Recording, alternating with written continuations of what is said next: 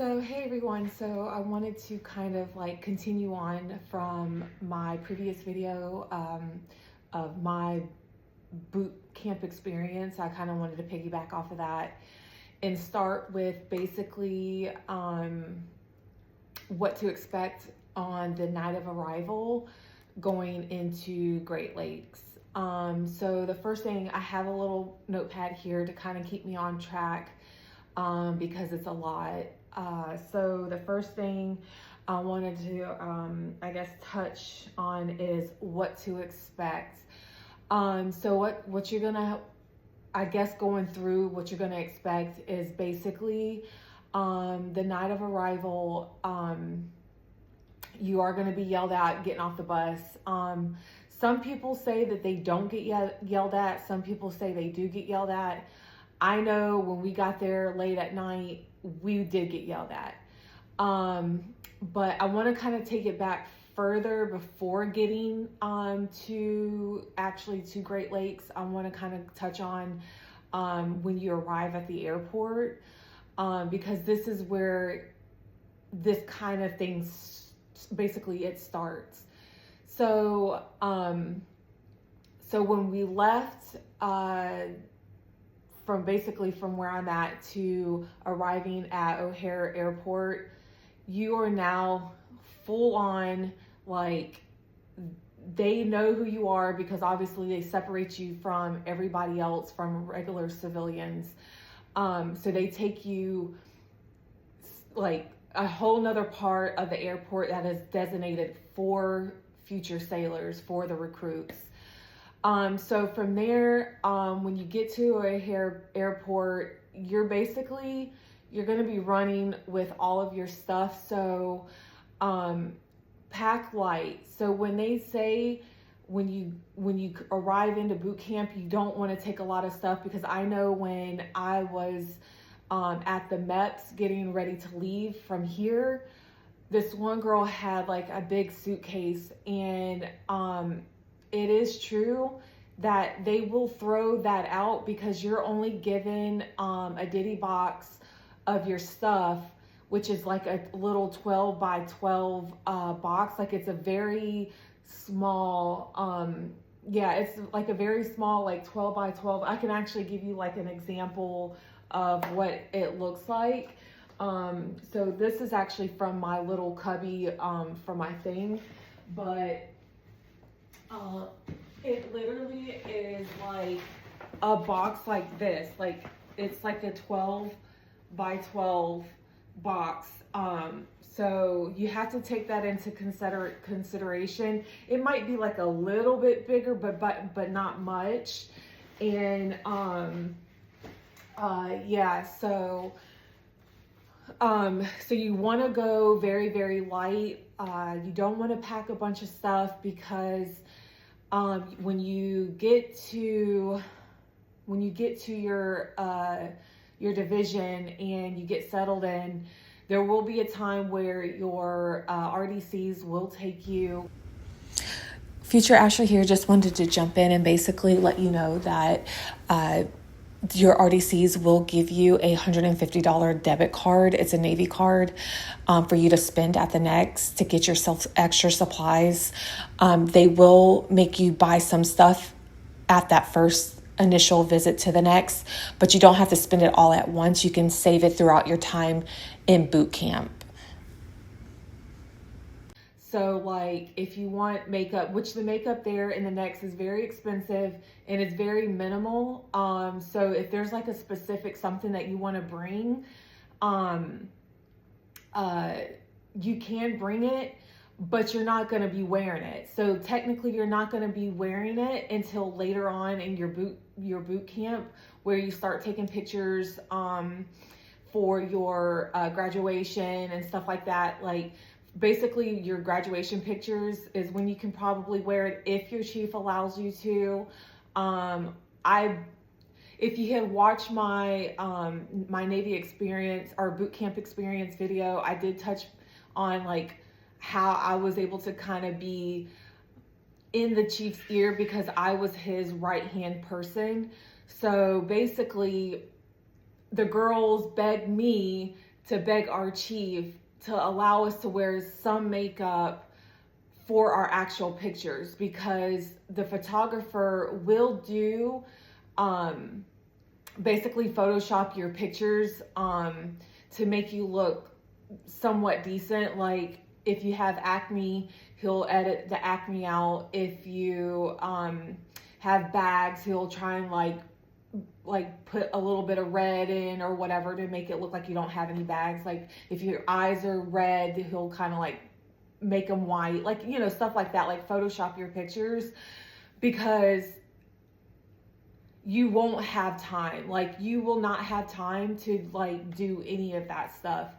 So I basically begged my chief to allow us to like wear a little bit of like at least like something, and he did. I mean, he let us, but we didn't have a lot of time to put like a full beat or anything like that. So don't expect that you're going to be able to put eyeshadow on, that you're going to put like the full face. Like you're not going to have time to do that. So pick wisely what you feel more comfortable as far as like bringing makeup to boot camp. And again, if you had watched my boot camp experience video, you're only given like a small A and B drawer that can, basically it's going to be as small as a kitchenware drawer in your house. Like that's exactly what you're going to get to fit all of your stuff that you're going to accumulate while you're in boot camp. So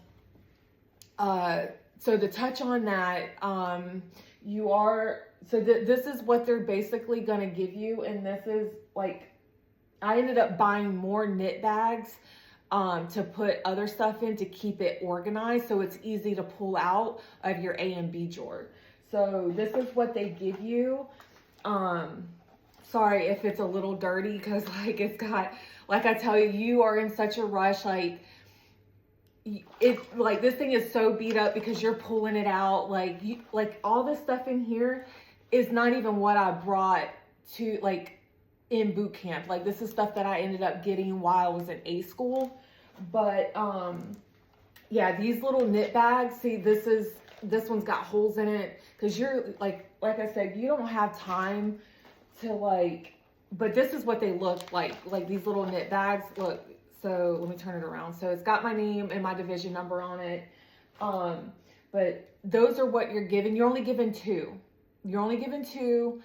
And that is for, and this will be a part of the night of arrival when you get to Great Lakes. And you're only given two to basically put, you're going to be get one of these pens. This is actually a pen from Great Lakes. You're going to get a pen. You're going to get a little notebook, which is basically for you to keep notes. I think I might have it in my bag. I tried to be prepared so that way I wouldn't have to like stop the video. Yeah, so I did this all for you guys, like, so that way I brought all this stuff to A school because I was going to get rid of it, but I knew like I wanted to do this video for you guys.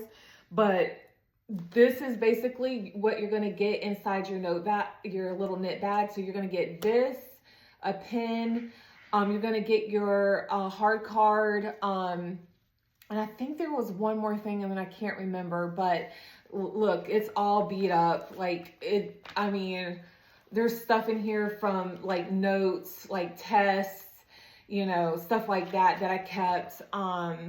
This is practicing basically your stenciling, which you'll be doing in another, I believe it's not going to be your first week there, but yeah, so I kept it all for like, you know, memories, like, you know, for just the stuff that I've been through the week or whatever. So, but kind of going back a little bit,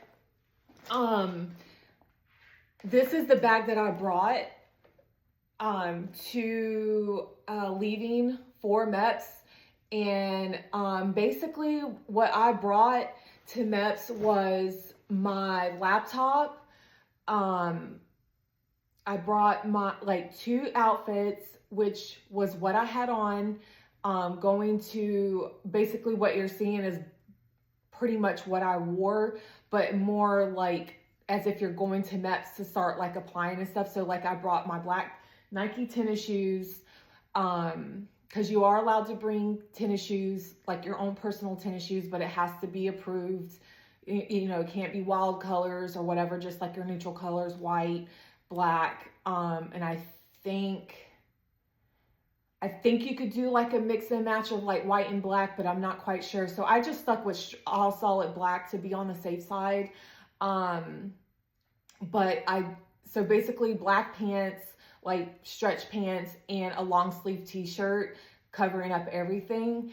And you just like very comfortable, like airport clothes, right? So I had that, and then I brought a jacket because obviously airports are cold, and I was going to Chicago in the middle of winter, so I didn't want to freeze. So I brought like basically something like this, but it's a little bit thicker with like cotton inside with me, and then some leggings and 2 pairs of leggings and 2 regular shirts to bring with me, and some panties to take with me to A school once I graduated, because I did not want to leave myself without regular clothes going to A school.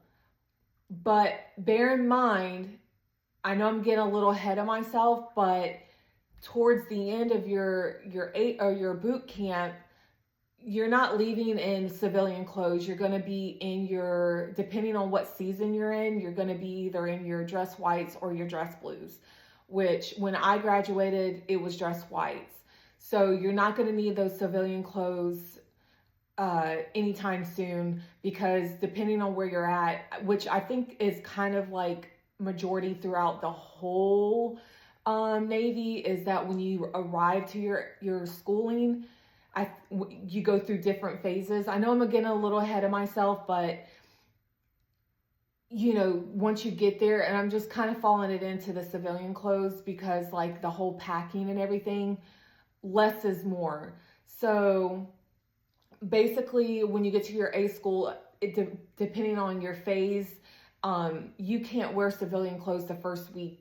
Phase 1, you can't wear civilian clothes. So just maybe 1 or 2 pieces, but don't overload yourself with a bunch of stuff, because again, that divvy box, when you get to the building, Pearl Harbor, basically, it has to all fit in that box. If not, it will be thrown out. And I've seen it with my own eyes. Like I was about to go into a whole nother story that had nothing to do with this. It's a whole nother story that what happened to me. Like I said, I've got many stories with my own experience, and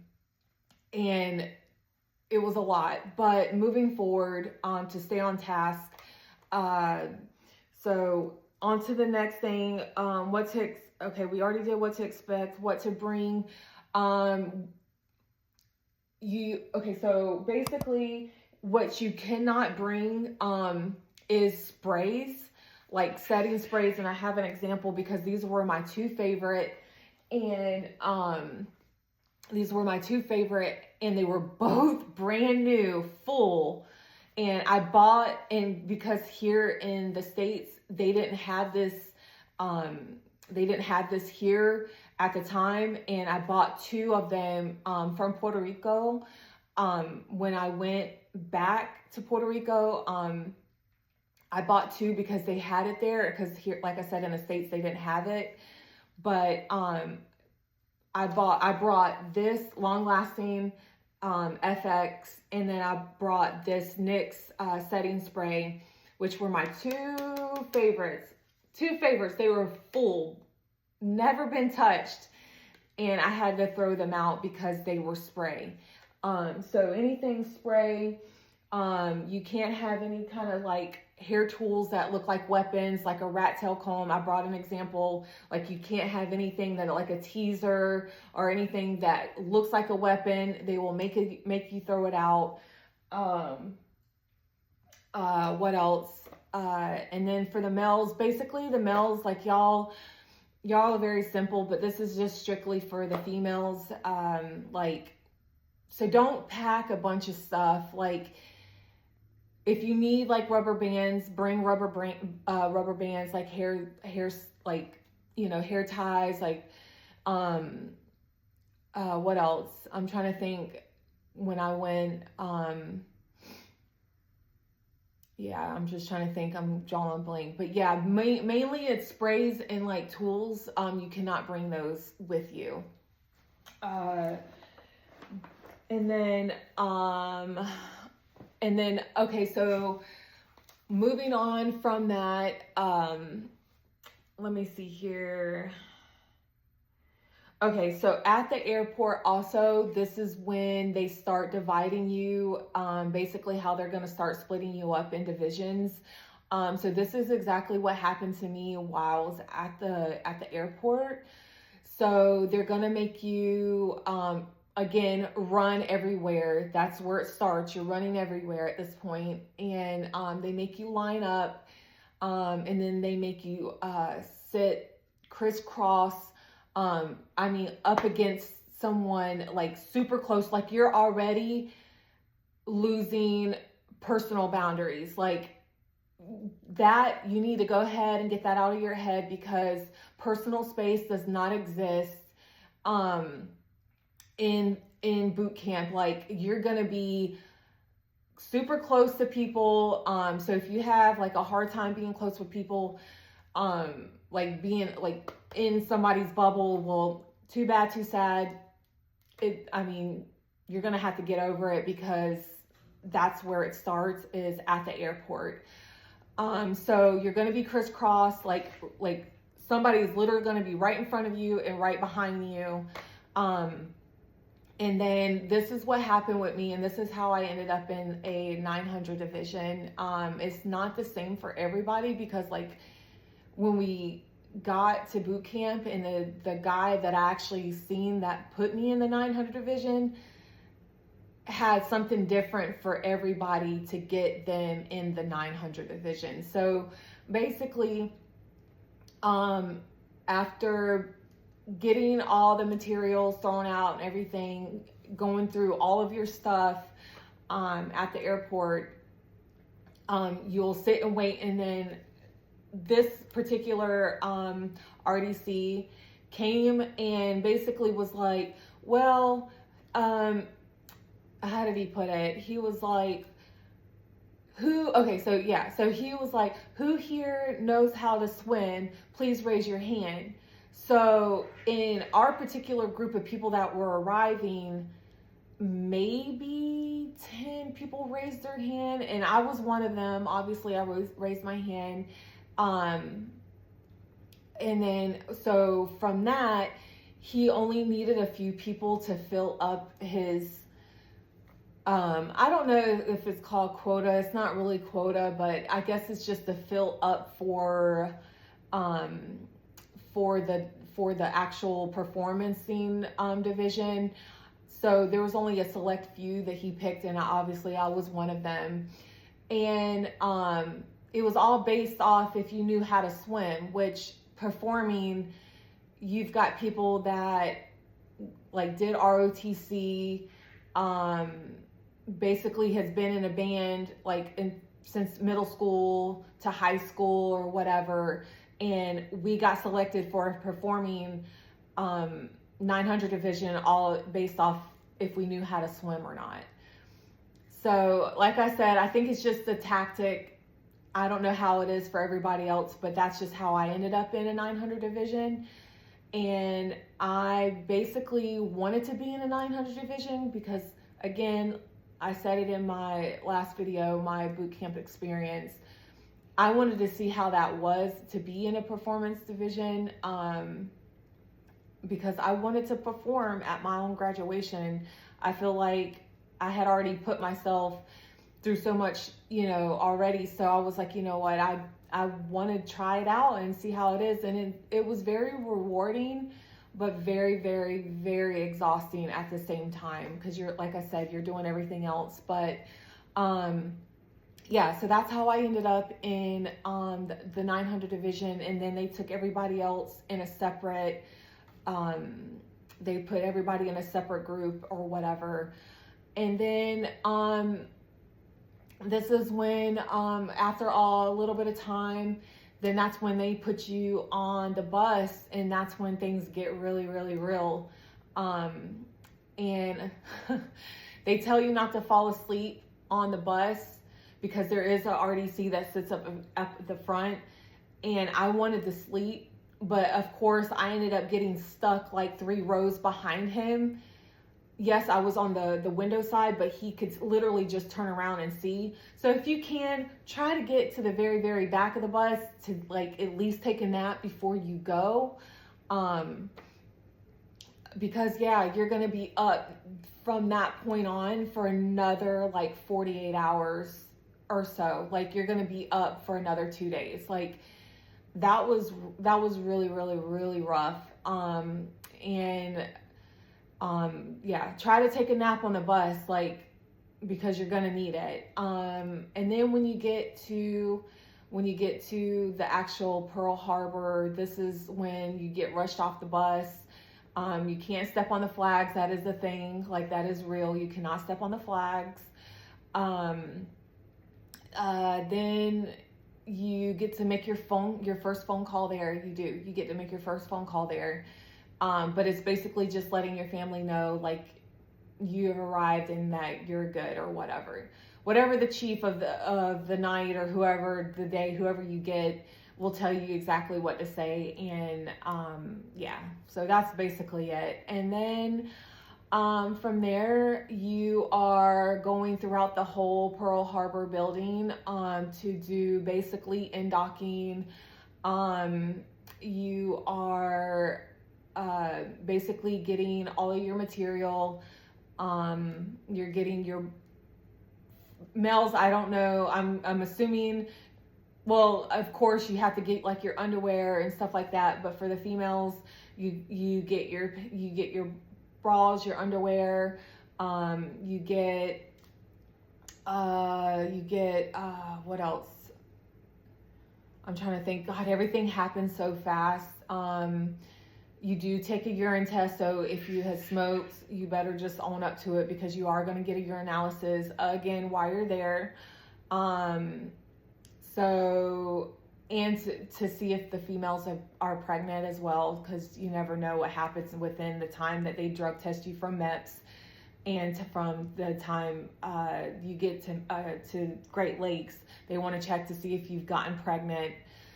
So, and when I tell you, you're going to be in basically a room with toilets with no stall. So, you know, at MEPS, you're in a stall, but the doors are not there. So the liaison could see you urinate. No, this is, you're urinating in front of every girl. Like, there is no stalls. It's just toilets. So just think prison with like 10 toilets, and you're just basically side by side, and then a girl looking in front of you. It's a very, and like I said, you got to get comfortable with being uncomfortable, because that's just how it is. Like, yeah, I that's really all I have to say is, like, you're going to have to get used to being uncomfortable in those circumstances, because in real life, if something were to go down and you're out in the field or whatever, you have no choice but to be next to the person and handle business, and you're just going to have to get over it. That's where they're coming from, is to get you comfortable with being uncomfortable. And yeah, that's all I'm going to say, is that you're in a room, you got to urinate in front of your peers or your future recruits or your future sailors, recruits, whatever you want to call. And yes, you're going to do that. Then you're going to, I'm just trying to remember what all happened. Oh my God, you're going to go into another room. You're going to do your IDs. You're going to do, and all the while you cannot sleep because the RDCs are all standing all around. You're going to be drinking a ton of water. You're going to have a little canteen, basically a container where you just fill up your water, and that's what keeps you awake, is drinking a ton of water, because it makes you pee. So that's their way of keeping you up. And yeah, you're going to be giving your that was another thing was in the knit bag, is that you're going to be given your military training guide, recruit guide, and this will be your life. See, I just doodled, you know, this will be like you're basically training. So you'll be taking notes and all that during the week when you have classes and stuff. So yeah, so you'll be filling some stuff out in this. Basically know your, as we're talking about it, know your chain of command. Find out what the chain of command is, because you will need to know that 100%.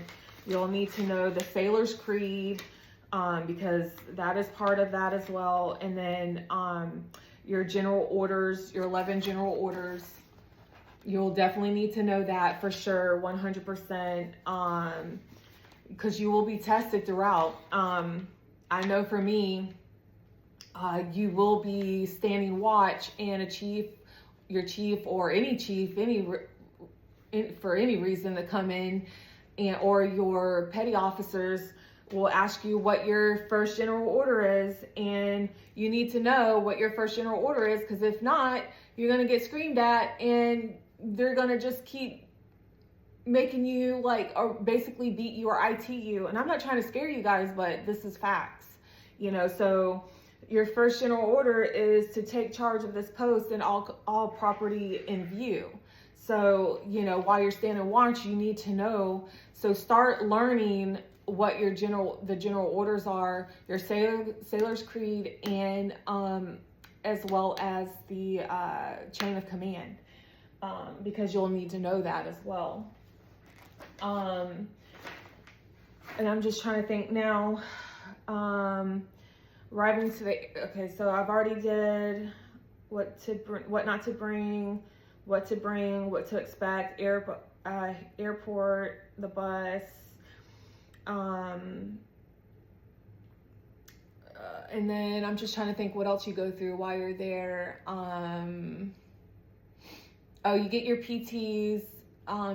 So there's other little things too that I know I'm missing. I just, I can't really think at the moment what it is, and this video is already getting so long. But that, I just wanted to start with the night of arrival. Like I said, I'm gonna continue on with this little, I guess, I don't know what you want to call this, I guess a little, I don't know, help me out, what is this called? Series? I don't know, I'll figure it out. But yes, so I think that's it. I'm not sure if there was something else that you guys wanted to know and I missed over it. Just please leave a comment and I'll get back with you guys, because like I said, I've got so many stories. Just with me alone, it was interesting to say the least. But I just wanted to end that here, but I hope you enjoy this video, and I will catch you guys on the next one.